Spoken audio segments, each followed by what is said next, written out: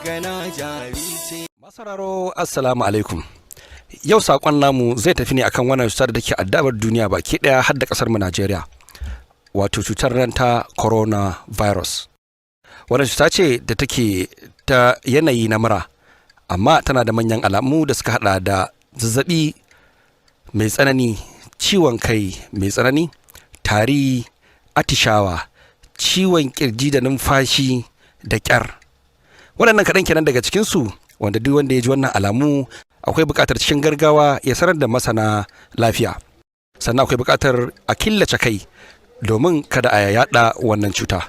Domin ita wannan cuta fantsama take daga mutum ɗaya takan tafi mutum uku har sama da haka.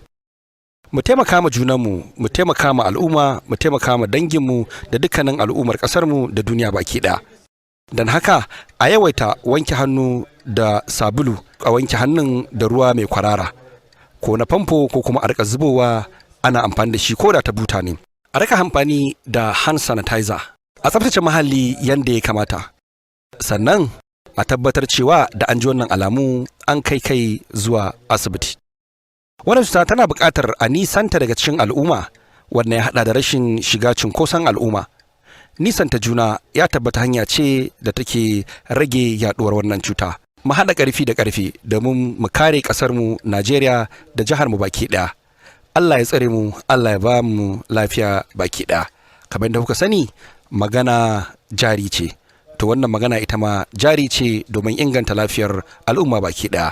A saurari shawara daga masana ma'aikatan lafiya domin suke da masaniya suka san hakikanin hanyoyin da za a bi domin a inganta lafiya. Kada a saurari wasu bayanai da hannun waɗanda yake ba ƙwararru ba ne a fannin lafiya. Jama'a mu saurara kuma mu yi amfani da shawarwarin da ma'aikatan lafiya suka bamu.